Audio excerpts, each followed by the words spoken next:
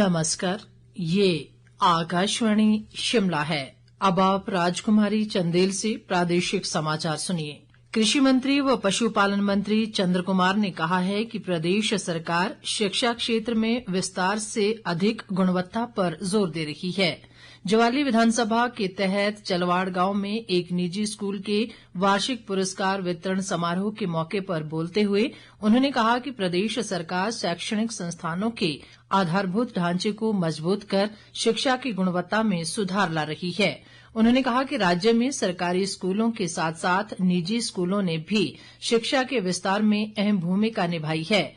चंद्र कुमार ने कहा कि प्रदेश में शिक्षा के विस्तार के लिए सभी सरकारों ने काम किया है, लेकिन अब शिक्षा की बेहतर गुणवत्ता को सुनिश्चित बनाना जरूरी है। सरकार ने इसके लिए पहली कक्षा से अंग्रेजी माध्यम से पढ़ाई शुरू की है ताकि बच्चे भविष्य की चुनौतियों के लिए तैयार हो सकें।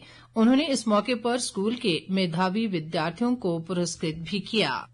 प्रधानमंत्री नरेंद्र मोदी इस महीने की 24 तारीख को आकाशवाणी पर मन की बात कार्यक्रम में देश विदेश के लोगों के साथ अपने विचार साझा करेंगे। ये मासिक रेडियो कार्यक्रम की 116वीं कड़ी होगी। श्रोता टोल फ्री नंबर 1800-117800 पर कार्यक्रम के लिए अपने सुझाव भेज सकते हैं।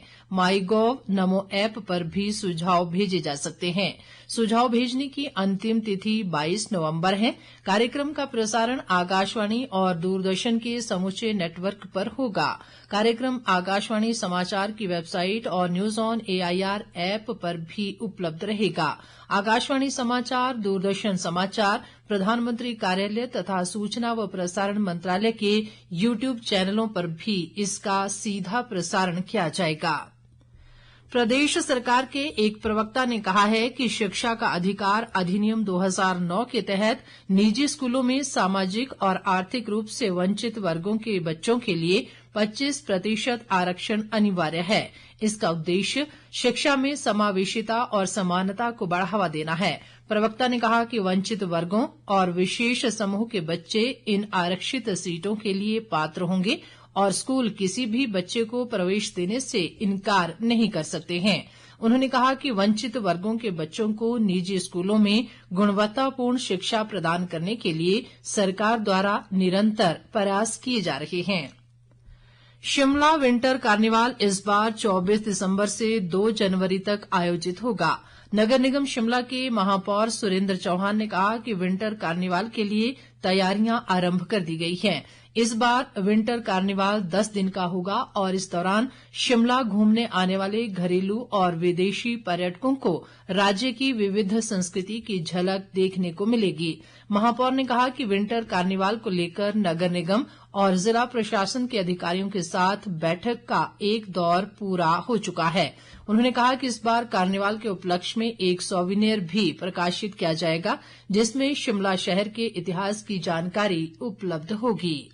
राजधानी शिमला के संजौली स्थित मस्जिद की अवैध मंजिलों को गिराने के नगर निगम की अदालत के फैसले को चुनौती देने वाली याचिका के मामले पर आज शिमला की जिला अदालत में सुनवाई हुई। सुनवाई के दौरान ऑल हिमाचल मुस्लिम ऑर्गेनाइजेशन के वकील ने पूरे मामले को फिर से नगर निगम आयुक्त के पास सुनवाई के लिए भेजने की मांग की ताकि इस मामले को फिर से ध्यान से सुना जा सके। मुस्लिम पक्ष के अधिवक्ता विश्व भूषण ने कहा कि जिला अदालत ने इस मामले में वक्फ बोर्ड से हल्फनामा मांगा है। हल्फनामे में ये स्पष्ट करने को कहा गया है कि क्या वक्फ बोर्ड ने संजौली मस्जिद कमेटी के प्रधान मोहम्मद लतीफ को अपना अधिकृत प्रतिनिधि घोषित किया था या नहीं। मामले पर अगली सुनवाई 22 नवंबर को होगी। रामकृष्ण मिशन शिमला के सचिव तन महिमानंद ने शिमला के पुलिस अधीक्षक पर रामकृष्ण मिशन मंदिर में हुई हिंसक घटना को राजनीतिक रंग देने का आरोप लगाया है। तन महिमानंद ने आज एक पत्रकार वार्ता में कहा कि हिमालय ब्रह्म समाज का कोलकाता में शुरू हुए ब्रह्म समाज से कोई नाता नहीं है और हिमाचल का ब्रह्म समाज स्वतंत्र रूप से कार्य कर रहा है। उन्होंने कहा कि ये सारा मामला रामकृष्ण मिशन मंदिर पर अवैध रूप से कब्जा करने की कोशिश का है। इसके साथ ही ये समाचार बुलेटिन समाप्त हुआ। नमस्कार।